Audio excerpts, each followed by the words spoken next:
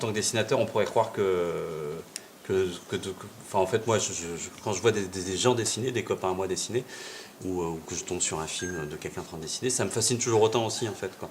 Et j'ai beau être dessinateur et connaître beaucoup de choses, voilà, dans la façon de faire un dessin et de comprendre comment un dessinateur va travailler son dessin.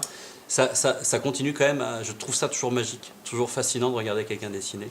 Et donc heureusement, parce que ça pourrait être quelque chose finalement je passerai à côté. Après, évidemment, il y a des dessinateurs ou des dessinatrices qui vont me fasciner plus que d'autres, qui vont m'émerveiller même pour certains. Et c'est vrai qu'en général, un dessin un dessin qui vous parle ou c'est souvent un dessin qu'on a du mal à comprendre. C'est-à-dire qu'on n'arrive pas à comprendre comment la personne arrive à le sortir comme ça de sa main et de sa tête. Et c'est souvent les dessins qui nous fascinent le plus, quoi. Alors moi, il y a des dessins, des dessinateurs ou des dessinatrices qui me fascinent moins parce que peut-être que je comprends plus leur méthode ou qu'elle me paraît pas aller assez loin pour moi, j'en sais rien. Et puis d'autres où je les vois et je me dis mais c'est dingue, quoi. Comment est-ce qu'il y arrive? Comment est-ce qu'elle arrive à faire ça ou qu'il arrive à faire ça? Donc je suis gaucher, effectivement. Donc vous voyez, ma main vient toujours sur mon dessin et ça c'est pas toujours pratique, effectivement. Donc là je fais un dessin sans crayonner, ce qui est toujours dangereux parce qu'on peut se planter. Là, j'utilise un crayon pinceau, ce qui évite d'être obligé de tremper son pinceau toutes les 2 secondes dans une bouteille d'encre.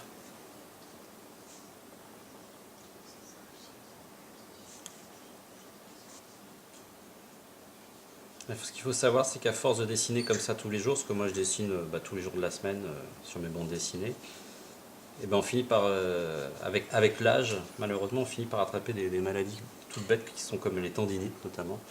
Donc moi j'ai une tendinite depuis des années qui me suit, parce qu'en fait ça paraît parfois un peu souple le dessin, ça paraît voilà, que c'est pas quelque chose qui paraît d'extrêmement violent, mais en fait c'est extrêmement violent pour le corps parce que il y a une tension qui se crée au niveau des mains, des bras, et c'est un exercice physique tellement répétitif qu'au bout d'un moment on finit par s'abîmer en vieillissant. Et donc beaucoup de dessinateurs ont des tendinites, ont des problèmes de dos, ont des problèmes d'épaule, de poignets, de tout ça, quoi.